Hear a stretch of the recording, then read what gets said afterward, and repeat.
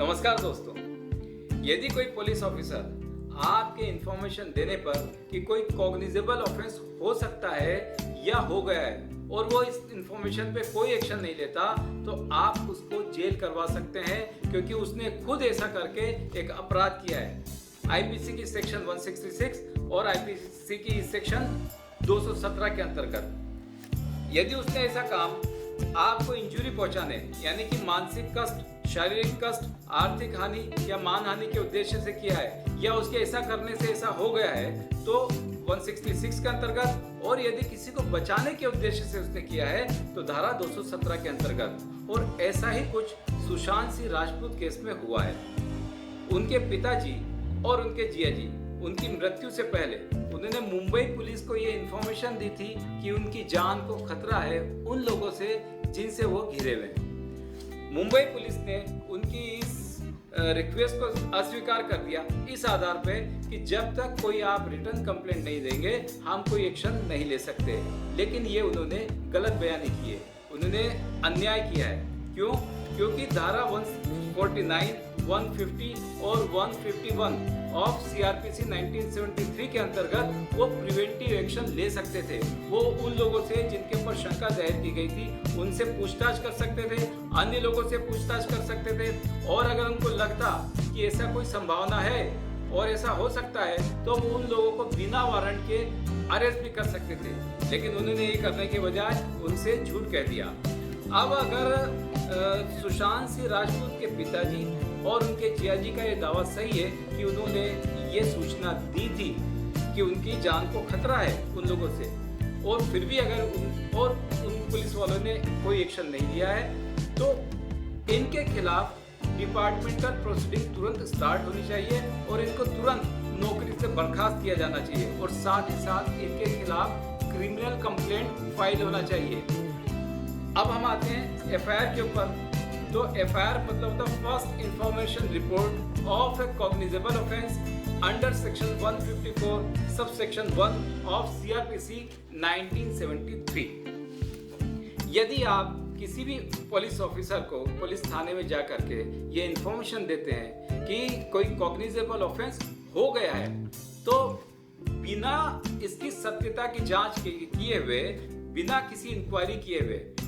केवल कुछ मामलों को छोड़कर जैसे घरेलू विवाद है, तो पुलिस वाले की जिम्मेदारी है कि वो तुरंत एफआईआर दर्ज करे और उसकी कॉपी आपको फ्री ऑफ कॉस्ट एक दे दे और इन्वेस्टिगेशन शुरू कर दे।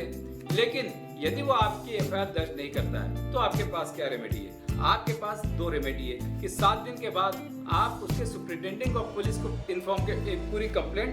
देंगे लिखित में, और अगर वो भी तो वो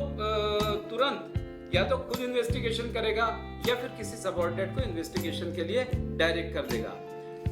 अगर आपको लगता है कि 7 दिन बहुत ज्यादा दिन है और आप उतना वेट नहीं कर सकते, तो आप तुरंत उस एरिया के जुडिशियल मजिस्ट्रेट के सामने उपस्थित होंगे और सीआरपीसी की धारा 200 के अंतर्गत आप ये निवेदन करेंगे कि साहब पुलिस वाले ने आपकी एफआईआर दर्ज नहीं की है और उसने इस संबंध में धारा 166 के अंतर्गत अपराध किया है, इसलिए उसके खिलाफ सख्त कार्रवाई की जाए। और दूसरी कंप्लेंट, आप जिस कॉग्निजेबल ऑफेंस की एफआईआर दर्ज करने गए थे उसके लिए आप सेपरेट कंप्लेंट दायर फाइल करेंगे, लेकिन उसके लिए आपको साथ में साक्ष्य उपलब्ध कराना पड़ेंगे। यदि आपके पास उसके साक्ष्य उपलब्ध हैं और आपके पास गवाह हैं तो आप उनको साथ में ले जाकर के और कोर्ट में प्रस्तुत करेंगे।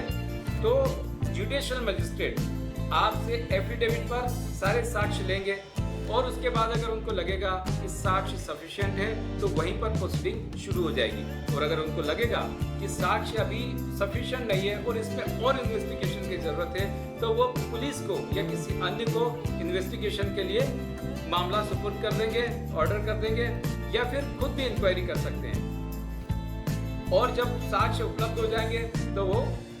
फर्दर प्रोसीडिंग शुरू करेंगे।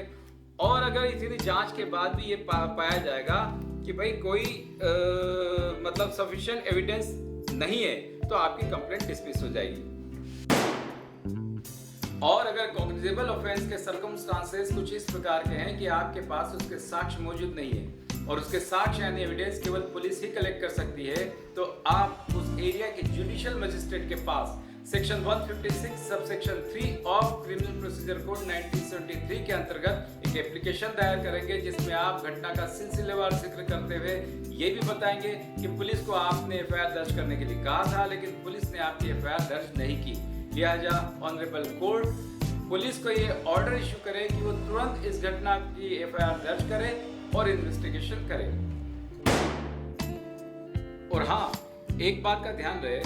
कि ये आप जो है पुलिस को इन्फॉर्मेशन जो दे रहे हैं वो मौखिक भी दे सकते हैं और रिटर्न भी दे सकते हैं। अगर आप मौखिक देते हैं तो वो आपके पूरे वाक्यों को लिखेगा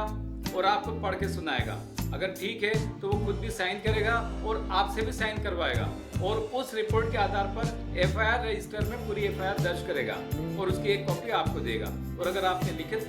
कंप्लेंट दी है उसको, तो उसी के आधार पर वो एफआईआर दर्ज कर देगा। और यदि FIR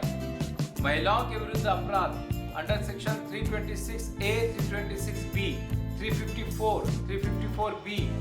370, 370A, 376, 376A to 376E और 509 के अंतर्गत हुआ है और ऐसे स्थिति में पुलिसकर्मी एफआईआर दर्ज करने से मना कर देता है तो उसको कम से कम 6 महीने और अधिक से अधिक 2 वर्ष की सजा हो सकती है under section 166A of Indian penal code. Honourable supreme court की 5 जजेस की बेंच ने ललिता कुमारी वर्सेस स्टेट ऑफ यूपी 2013 के केस में एफआईआर दर्ज करने के नियमों को कुछ एक्सेप्शन दिए थे, जिसके अनुसार पुलिस एफआईआर दर्ज करने से पहले प्रिलिमिनरी इंक्वायरी कर सकती है विदिन 7 डेज और उन केसेस में जिसमें ये लगता है कि ये साफ क्लियर नहीं हो पा रहा है कि कौन सा कॉग्निजेबल ऑफेंस हुआ है या कोई कॉग्निजेबल ऑफेंस हुआ है या नहीं हुआ है। और ये खासतौर से केस होंगे फैमिली और matrimonial dispute, commercial offences, medical negligence, corruption cases and लेचेस। यदि प्रिलिमिनरी इंक्वायरी के बाद पुलिस इस कंक्लूजन पर आती है कि वो एफआईआर दर्ज नहीं करेगी, तो वो रीजन सही कि किन कारणों की वजह से वो एफआईआर दर्ज नहीं करना चाह रही है, ये वो कंप्लेनेंट को विदिन 7 डेज कम्युनिकेट करेगी। तो दोस्तों, लगभग 50 लाख एफआईआर हर साल इस देश में दर्ज होती है और इससे ज्यादा केसेस में पुलिस एफआईआर दर्ज करने से मना कर देती है। यानी कि इससे ज्यादा लोगों को न्याय मिलने की संभावना केवल एफआईआर दर्ज होने के लेवल पर ही खत्म हो जाती है